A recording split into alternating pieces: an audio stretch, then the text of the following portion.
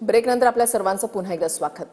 अखिल भारतीय साहित्य संमेलनाच्या निमित्तानं मुंबईमध्ये ग्रंथदिंडी होत आहे। मराठी साहित्यामधील प्रसिद्ध ग्रंथ असलेल्या रथातून साहित्य संमेलनाच्या ग्रंथदिंडीची सुरुवात झाली। ग्रंथदिंडीच्या समोर महाराष्ट्राच्या लोकसंस्कृतीचं सादरीकरण सुद्धा करण्यात आलं। आढावा घेतलेला आहे आमच्या प्रतिनिधींनी, पाहूया।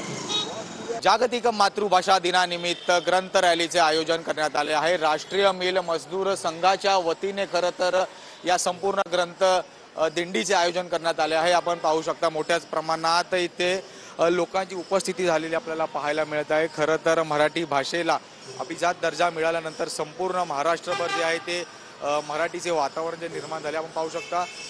मोठ्या प्रमाणात फळक जे आहे ते हातात घेऊन या दिंडीचं स्वरूप जे आहे ते पुढे जाताना आपल्याला पाहायला मिळत आहे। वाचनासाठी काढा वळ, ज्ञानासाठी उचला कावड, अशा विविध पद्धतीचे बॅनर जे आहे ते इथे आपण हातात घेतलेले पाहायला मिळते। त्यासोबत पुस्तक वाचा, ज्ञान वेचा, सन्मान मराठीचा, अभिमान महाराष्ट्राचा, असे विविध फळक जे आहेत ते आपल्याला या सर्वांच्या हातात असलेले पाहायला मिळत आहे। आपण येथील काही नागरिकांशी बातचीत करणार आहोत। पुन्हा या रॅलीचं कशा पद्धतीचं आयोजन असणार आहे, काय सांग?